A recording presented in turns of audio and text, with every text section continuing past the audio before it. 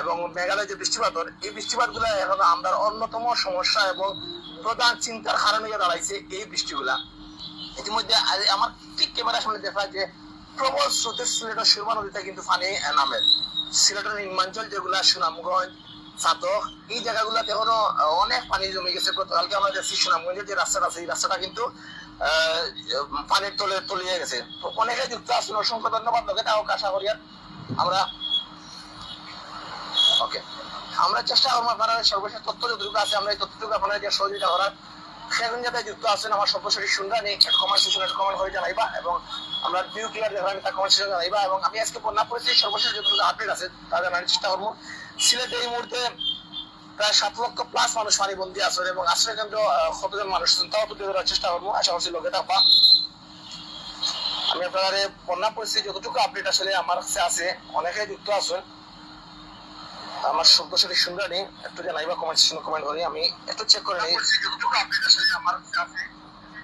রোমানা ফয়সল ধন্যবাদ আপনার কমেন্ট করে লোকে থাকার লাগিয়া।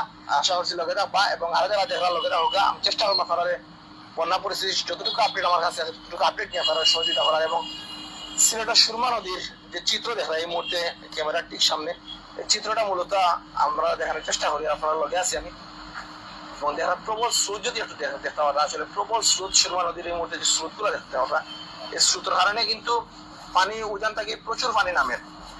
এই স্রোতর লিমন আহমেদ নদী খনন না করা সিলেটবাসী দুর্ভোগের অন্যতম কারণ। ধন্যবাদ। অবশ্যই আমি আসলে কারণগুলোর মধ্যে যে বিষয়টা অনেকগুলো কারণ আছে অবশ্যই তা আমি একমত এবং এই বিষয়টা আপনারা যে বিষয়টা হয়ে যাচ্ছে নদীর পানি নদীতে খনন করা হয়েছে না দীর্ঘদিন থেকে, এটা তো অন্যতম কারণ। জলাবদ্ধতার পানি, বিশেষ করে জলাবদ্ধতা সিলেট নগরী ডুবে যায়, একটু বৃষ্টি দিলে সিলেট ডুবে যায়, এটা আমরা সকলে জানি বা সকলে দেখি।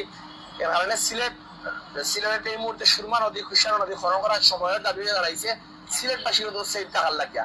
কারণ উজানার পানি আলটিমেটলি নামবো, বিগত দিনে নামবো, এগুলো আসলে আটকানো সম্ভব নয়। যার কারণে আমরা কিছু পদক্ষেপ নিতে হইব, যে পদক্ষেপ গুলো অন্তত সময়োপযোগী, অন্তত